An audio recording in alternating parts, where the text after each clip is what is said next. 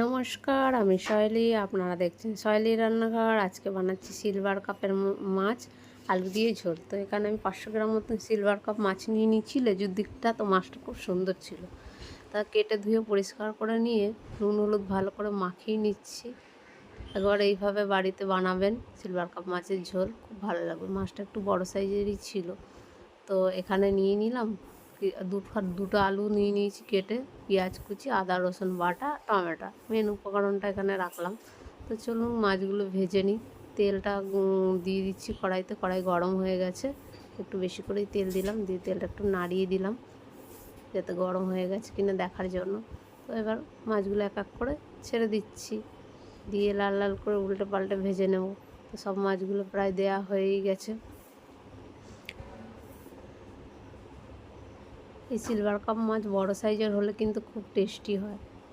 আপনারা এইভাবে বাড়িতে একবার ঝোল বানিয়ে খাবেন, দেখবেন খুব টেস্টি লাগে গরম গরম ভাতে সিলভার কাপ মাছের ঝোল। তো মাছগুলো প্রায় সব ভাজা হয়ে গেছে আমার, উল্টোপাল্টা আমি ভালো করে ভেজে নিয়েছি। এবার তুলে নিচ্ছি। লাল লাল করে কড়কড়ে করে একটু ভাজবেন, কারণ মাছটা একটু কম ভাজলে ভালো লাগে না, ভেদা ভেদা লাগে। তো ভালো করে ভেজে নিয়েছি। এবার ওই তেলেই আলুগুলো ভালো করে ভেজে নেবো লাল লাল করে। আলুগুলো দিয়ে ভালো করে নেড়ে ছেড়ে ভেজে নেবো একটু।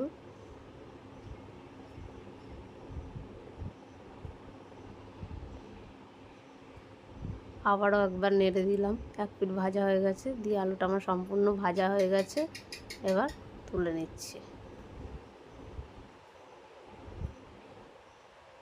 এবার ওই তেলেই দিয়ে দেবো গরম মশলা, তেজপাতা, আর একটু জিরে, আর একটু হিং ফোড়ন।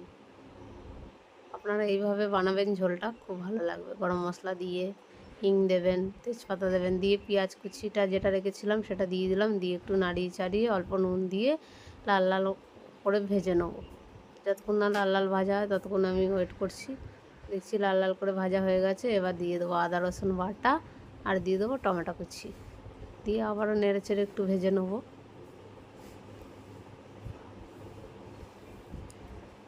ভালো করে আদা রসুন দিয়ে কষানো হয়ে গেছে, টমেটো দিয়ে এবার দিয়ে দেবো গুঁড়ো মশলা। 2 চামচ হলুদ, 1 চামচ লঙ্কার গুঁড়ো, ধনের গুঁড়ো, জিরের গুঁড়ো 1 চামচ করে দিয়ে দিলাম। আর লঙ্কা বাটা, কাঁচা লঙ্কা বাটা 1 চামচ দিয়ে ভালো করে কষিয়ে নিচ্ছি।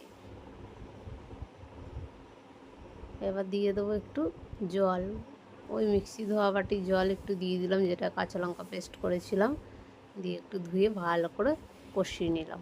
কষিয়ে এবার দিয়ে দেবো ভেজে রাখা আলুগুলো দিয়ে আবার সেমভাবে একটু কষিয়ে জল দিয়ে দেবো।